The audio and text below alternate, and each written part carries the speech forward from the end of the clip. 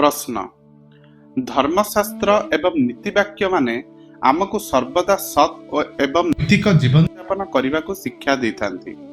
जेहेतु भगवान भल काम पई पुरस्कार एवं मंद काम पई दंडर व्यवस्था करिथांती, किंतु आमे देखुचु दुर्नीति परायण और दुष्ट एवं निष्ठुर लोके बेसी धनी और समृद्ध जीवन उपभोग करुथिबा स्थले साधु दयावान और सहानुभूतिशील लोके समाज रे कष्ट पाउचंती।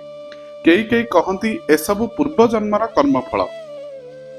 जणे सिना चलित जीवन रे निजर कर्म उपर नियंत्रण रखिपारे, पूर्व जन्म सकाशे से किपरि दायी हेब?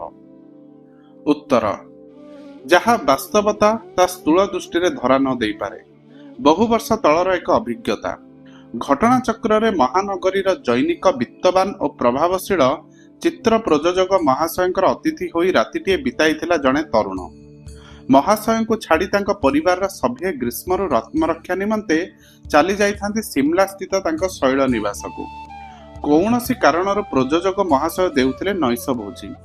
आसी थांती 2 डजन सरीकी चित्र तारका और से जगतर नब्बागण। मध्यरात्रि बीती जीवा जाए चली थाई उद्दाम हसखुशी, नाना किसमर आहार और पानीयर अनर्गल उच्छल उपयोग। अतिथि तरुण जनक विस्मित होई भाबुथाए पृथ्वी रे एते सद्भाव एते निबिड़ आत्मीयता थाए। किंतु तरुणर विस्मय आसिला गुणगत परिवर्तन। जेतेबेले महाशय को विनम्र धन्यवाद अर्पण अंते लिफ्ट रे पशिबा बेले जने युव तारका तांको आपत बांधवी को कहिबार से सुनिला, ये कैसा कॉकटेल पिलाए साला बुद्धू ओल्ड मैन, बिल्कुल बर्बाद गया मेरा टाइम। सभी विदाय नेबा उत्तारु अवनमित हेला हठात एक शून्यता। बापा मते बड़ अस्वस्थी लगुची, मु निद बटिका गिळी सोउची। उठिबाकू डेरी हेले किछि मने करिव नाही। चाकर तुमको सकाळे चाहा देई दबो कहि महाशय तांको दरजा बंद कले। तरुणक कोठरी पाखरे महाशयक शयनगार। से जाय विशेष प्रचलित होई नथिबा शीतताप नियंत्रण व्यवस्था प्रति अनभ्यस्त तरुण ठंडा जोगु सोई पारु नथाय। अगत्य ताकू सुनिबाकू पडुथाय महाशयकर उ आ, अर्थात निद बटिका सत्वे से हुए तो सोई पारु नथिले, न हेले भोगुथिले अशांत निद्रा। तरुण बाल्कनी को बाहरी आसी तळକୁ अनाइला। बती घुंट तळु सुबुची निर्मल हस। फुटपाथ रे सोईचंदी गोटाए शिशु को मझरे रखी एक दंपति। पाखरे मौजूद सेमानक जीविकार अवलंबन रिक्शा गोटिक। 15 मिनिट पर तरुण शुणिला अंततः जनकर घुंगुड़ी। प्रभात रे आरंभ हेब मुठिए आहार निमंते जीवन संग्राम, अथच केडे प्राण खोला हस और केडे निबिड़ निद्रा। एणे विपुल बैंक बैलेंस और आगामी 3 पुरुष पई भूरी भोजन और दुर्मूल्य पानीय प्रतिश्रुति। महाशय जनक कोटिए टंकिया सुखसज्जारू गोटिए टंका मूल्यर निद्रा आदाय करने को अक्षम। ए घटना को उपस्थापन करी मु दारिद्र्यर महिमा किंबा ऐश्वर्यर असारता कीर्तन करूना। वक्तव्य सरल। सर्वशेष विश्लेषण रे जीवन रे आमर काम्य मात्र 2टी, सुख संतोष किंबा सत्य। हाराहारी पर्यायर मनीषंक पई सुख संतोष ही एकमात्र लक्ष्य। जे सर्वस्व त्याग करे से सुख संतोष त्याग करे नाही। त्याग ही तापाई संतोषर माध्यम। जो माने विकसित चेतना संपन्न व्यक्ति सेमानंक काम्य जीवनर लक्ष्य वा सत्यर संधान। हाराहारी पर्याୟରେ आम मानकर चेतनारे जेतेबेले किंचित विकास संभव हुए सेतेबेले आमे हृदयंगमन करू जे ए 2 लक्ष्य वास्तव में स्वतंत्र नुहंती। द्वितीय लक्ष्य उपलब्ध हेले ही प्रकृत सुख संतोष उपलब्ध हेब। दुर्नीति बा मिथ्याचार जोगे वित्तवान बनिथिबा लोके वास्तव में जीवन को उपभोग करती नहीं। यह धर्मगत बा नैतिक तत्व नुहे, यह दिवालोक भली स्पष्ट मनस्तात्विक सत्य। सेमानक पई उपभोगर संज्ञा कौन? मौज मजलिस किंबा वित्त जोगे सामाजिक बा क्षमता आयत करिवार गौरव बोध। से सब स्नायुगत उत्तेजना मात्र, सुखर सामयिक मरीचिका। अनिवार्य भावे जहाको अनुसरण करे तामसिकता, अवसाद एवं जणे जदि किंचित सचेतन होइथिबो तेबे आत्मज्ञानी बोध। एहार बहु कारण भितर मुख्य हैला जणे संपूर्ण भावरे अपशक्ति कबलित होई नथिले जनकर सत्तार समस्त अंश तार अकर्म को बा वृथा कर्म को समर्थन करे नाही। आम साधारण ज्ञान ही कहिबो न हेले लाइव डिटेक्शन बा पोलीग्राफ पद्धति फलप्रद होता नहीं।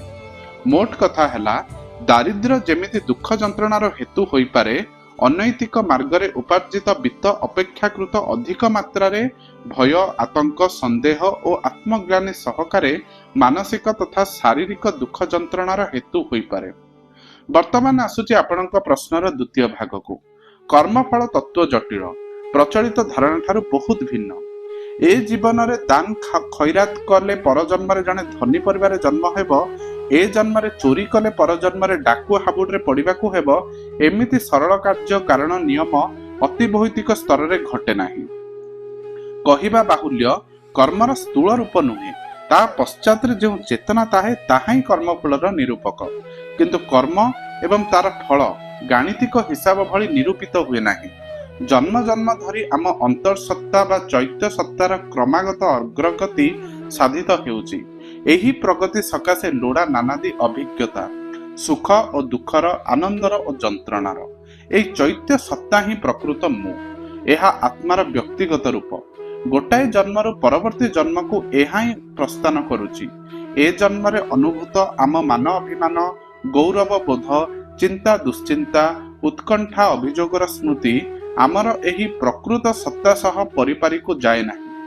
ସେସବୁର ସୂକ୍ଷ୍ମ ଅଭିଜ୍ଞତା ରୂପୀ ନିର୍ଯାସ ମାତ୍ର ଆମ ଚୈତ୍ୟ ସତ୍ତାରେ ସଞ୍ଚିତ ରହେ। ସେସବୁର ବିବରଣୀ ରହିଥାଏ ଆମର ଯେଉଁ ମନ ଓ ପ୍ରାଣରେ। ଆମେ ପରପାରିକୁ ପ୍ରସ୍ଥାନ କଲାବେଳେ ଖୋଳସ ଭଳି ଖସି ପଡ଼ନ୍ତି ସେମାନେ ମଧ୍ୟ, ଯଦିଓ ଶରୀର ଭଳି ତତ୍କ୍ଷଣାତ୍ ନୁହେଁ। ଜଣେ ନ୍ୟାୟପରାୟଣ ଓ ଏକାନ୍ତ ମହତ୍ ମଣିଷର ଏକମାତ୍ର ମେଧାବୀ ପୁତ୍ରର ପ୍ରାଣ ଅକାଳରେ ନିର୍ବାପିତ ହେଲେ ଆମେ ବିବ୍ରତ ଭାବରେ ପ୍ରଶ୍ନ କରୁ, ଏହା କାହିଁକି ହେଲା?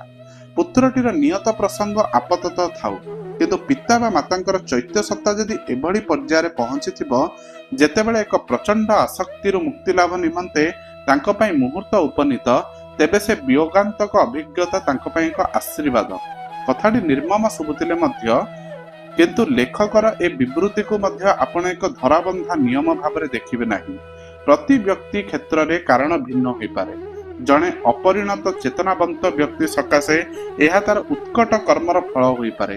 ତଥାପି ଶେଷ ବିଶ୍ଳେଷଣରେ ଯାବତୀୟ ତଥାକଥିତ ଦୁର୍ଯୋଗ ପରୋକ୍ଷ ବା ପ୍ରତ୍ୟକ୍ଷ ଭାବରେ ପାପୀ ପୁଣ୍ୟାତ୍ମା ନିର୍ବିଶେଷରେ ସଭିଙ୍କର ଆତ୍ମିକ ପ୍ରଗତି ପ୍ରତି ଅବଦାନ ଦେଇଥାଏ। ଉତ୍କଟ କର୍ମର ଉଲ୍ଲେଖ କରିଥିବା ଦୃଷ୍ଟିରୁ ସେ ସମ୍ପର୍କରେ ସାମାନ୍ୟ ଆଭାସ ଦେବା ପ୍ରୟୋଜନ। ଗୋଟାଏ ଜନ୍ମରେ ଆମର ଅଧିକାଂଶ କର୍ମର ହୁଏତ ପୁରା ନହେଲେ ଆଂଶିକ ଫଳ ଆମେ ସେହି ଜନ୍ମରେ ହିଁ ପାଇଯାଇଥାଉ, ପ୍ରକାଶ୍ୟ ଭାବରେ ବା ଅପ୍ରକାଶ୍ୟ ଭାବରେ। କ୍ରୂର କର୍ମ ଆମ ଚେତନା ନିମ୍ନଗାମୀ କରାଏ, ସେହି ଅଧପତନ ହିଁ ଏକ ଦଣ୍ଡ। ଯେହେତୁ ଚେତନାର ଅଗ୍ରଗତି ହିଁ ଆମ ବ୍ୟକ୍ତିଗତ କ୍ରମ ବିକାଶର ଧର୍ମ ଓ ଆଭିମୁଖ୍ୟ। କିନ୍ତୁ ଚେତନାର ଯେଉଁ ସ୍ତରରେ ଥାଇ ଜଣେ ଭୁଲ କରିଛି, ଯଦି ସେ ଆପଣାର ଅସ୍ପୃହା ବଳରେ ସେ ସ୍ତରରୁ ଉତ୍ତୀର୍ଣ୍ଣ ହୁଏ ବା ହେବା ନିମନ୍ତେ ପ୍ରୟାସ ଅବ୍ୟାହତ ରଖେ, ତେବେ ପୂର୍ବକୃତ କର୍ମର ଫଳ ତା ସକାଶେ ଆପଣା ଛାଇ ଅନାବଶ୍ୟକ ହୋଇଯିବ। ସେ ସୂକ୍ଷ୍ମ ଲୋକରେ ଯାନ୍ତ୍ରିକ ଆଇନ କାନୁନ କାମ କରୁନଥାଏ। ତେବେ ଜଣେ ଯଦି ଚେତନାରେ ଯଥେଷ୍ଟ ସଜାଗ ଥିବା ସତ୍ତ୍ୱେ ମୋହାଚ୍ଛନ୍ନ ହୋଇ ଘୋର କୁକର୍ମ କରେ, ତାହା ଉତ୍କଟ କର୍ମ ବା ସେ ତାର ଫଳ ଭୋଗ କରିବା ଅନିବାର୍ଯ୍ୟ। ନିଷ୍ଠୁରତା, କୃତଘ୍ନତା ଓ ବିଶ୍ୱାସଘାତକତା ଉତ୍କଟ କର୍ମର ଅନ୍ତର୍ଭୁକ୍ତ। ସଙ୍ଗେ ସଙ୍ଗେ କିନ୍ତୁ ଏହା କହିଦେବା ଆବଶ୍ୟକ ଯେ ସବୁ ବ୍ୟାପାରରେ ଦିବ୍ୟ କରୁଣା ହିଁ ମହତ୍ତମ ଓ ପରମ ଶକ୍ତି। ନିକୃଷ୍ଟତମ ଅପରାଧୀକୁ ମଧ୍ୟ ତାହା କ୍ଷମା କରିପାରେ। ଆମ ମାନସିକ ଦୃଷ୍ଟିକୋଣରୁ ତାହା ଅହେତୁକୀ। ନାନାଦି ଅଭିଜ୍ଞତାର ନିର୍ଯାସ ସମୃଦ୍ଧ ଚୈତ୍ୟ ସତ୍ତା ଚୈତ ଲୋକ ବା ଆତ୍ମା ଲୋକରେ ବିଶ୍ରାମ କରେ। ସେ ବିଶ୍ରାମ କେତେ ଦିନ ବା କେତେ ବର୍ଷ, କେତେ ଶତାବ୍ଦୀ ହେବ, ତାହା ସାର୍ବଜନୀନ ନିୟମ ନୁହେଁ। ବିକଶିତ ଚୈତ୍ୟ ସତ୍ତା କ୍ଷେତ୍ରରେ ସେ ସମୟ ଦୀର୍ଘ ହୋଇପାରେ। ମୁକ୍ତାତ୍ମାଟି ପୁନର୍ବାର ଜନ୍ମଗ୍ରହଣ କରିବ କି ନାହିଁ, ତାହା ନିର୍ଭର କରେ ତାର ସଂକଳ୍ପ ଉପରେ। ସାଧାରଣତଃ ଦିବ୍ୟ ଶକ୍ତି ଅବତାର ନେବା ବେଳେ ସେମାନଙ୍କ ଭିତରୁ କେହି କେହି ତାଙ୍କ ସ୍ଥୂଳ ସାନ୍ନିଧ୍ୟ ସକାଶେ ଅଥବା ତାଙ୍କ କର୍ମରେ ସହାୟତା ନିମନ୍ତେ ଜନ୍ମଗ୍ରହଣ କରିଥାନ୍ତି। ଧନ୍ୟବାଦ।